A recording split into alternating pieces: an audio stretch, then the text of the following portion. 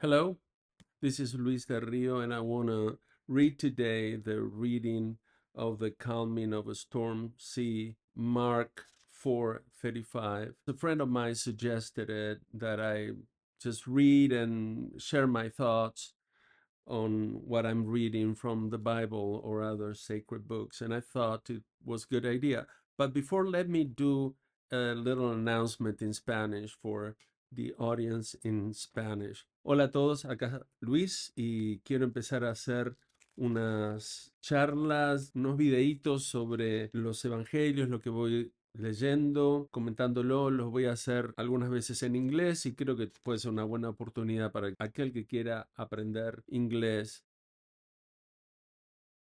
Mark 4:35. On that day, as evening drew on, he said to them, "Let us cross to the other side." Leaving the crowd, they took him with them in the boat just as he was, and other boats were with him. A violent squall came up, and waves were breaking over the boat, so that it was already filling up. Jesus was in the stern, asleep on a cushion. They woke him up and said to him, "Teacher, do you not care that we are perishing?" He woke up, rebuked the wind, and said to the sea, "Quiet, be still." The wind ceased, and there was great calm. Then he asked them, "Why are you terrified?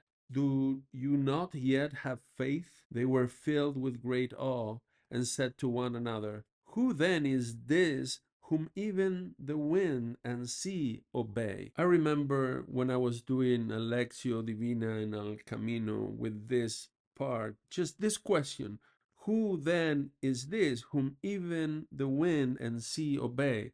At that point, they're realizing that the natural forces are obeying this person. And so, who is this? And to me, was the perfect question to ask many atheists or heretics that think, oh, he was just a philosopher. He was one of the sages like Buddha, like Socrates. He was a really wise person. No, no, because the wind didn't obey Socrates. This is the question: who is Jesus for you? And Jesus is one that commands nature, that does miracles. And he does not talk about himself as, "I'm just one guy here and I'm a good guy. You can be a good guy." He is the Son of God. And then I was marveling at the scene of a storm and Jesus sleeping. Image the idea of seeing our Lord sleeping. And it's the contrast. It's perfect stillness and peace. In a storm is perfect peace, is perfect faith. And he's at the stern, and the stern is the back of the boat where there's where is the rudder. It's called the rudder that moves where the boat goes. We have this, that is the teaching that God allowed for us to learn. And I think it's important because there's going to be storms in our lives, guaranteed.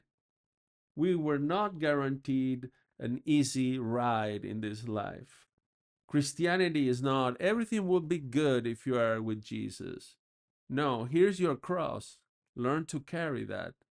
And whatever storms you are in, I am with you, and I will help you, and my mercies with you, my graces are with you if you follow me, if you learn from me, if you are close to me. And we have here a great teaching, because in those storms we go to the one that is at perfect peace, that has that peace that surpasses understanding. We go to our Lord Jesus for help. And the contrast, right? The contrast of the storm and the peace of Jesus is remarkable. It makes you think almost like the nucleus of a system there.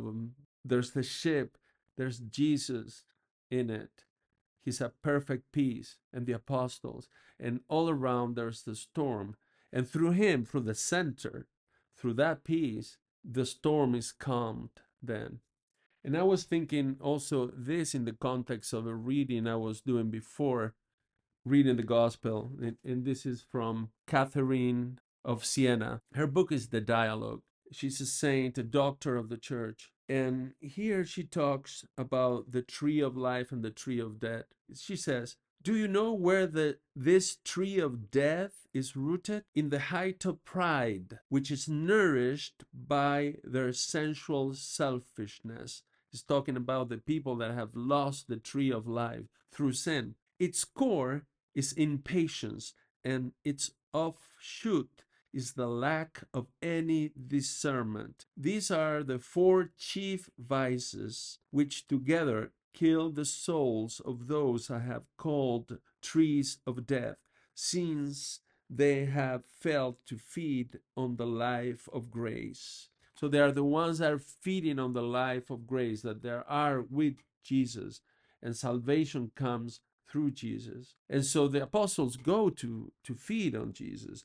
Catherine of Sienna, she gives you these visuals, and the kind of guy I am, it helps. So here she says the tree of death is rooted at the height of pride. Like where pride is mature, it's a thing already. But at the nucleus of this is impatience. The storm inside, impatience is a storm. You are shaking around. And outside is being fed by sensual selfishness. You want something for you. You forgot about God. You forgot about your brothers and sisters. You're thinking of you, and you are in the storm. You're being fed by that. And the offshoot, what it grows out of that, is something that lacks all discernment. It's a mistake, it's an error. And then pride sets in, and that's the tree of death. But here, if I compare with this, at the center of this molecule is Jesus.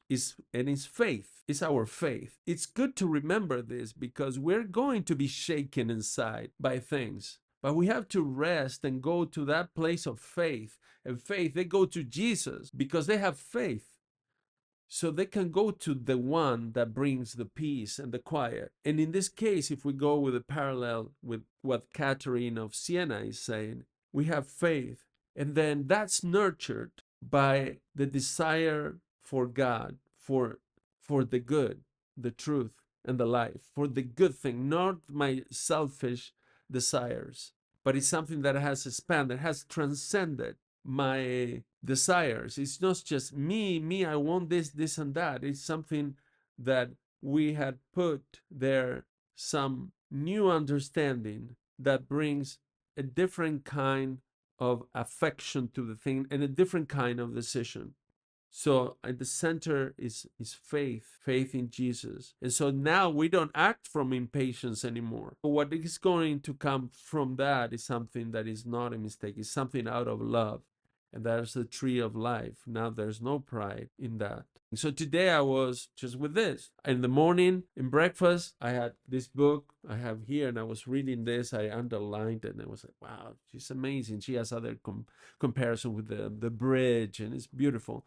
And then, lo and behold, today's reading in the Catholic Church included this part of the gospel. And this is what I wanted to share. And I want to hear your thoughts, your opinion. If you read this or if this is the first time, what do you make of this? Why is Jesus sleeping in that situation? What what does it mean to you? And maybe if you heard what I said about Catherine of Sienna, let me know. Have a great week, and thanks for being there.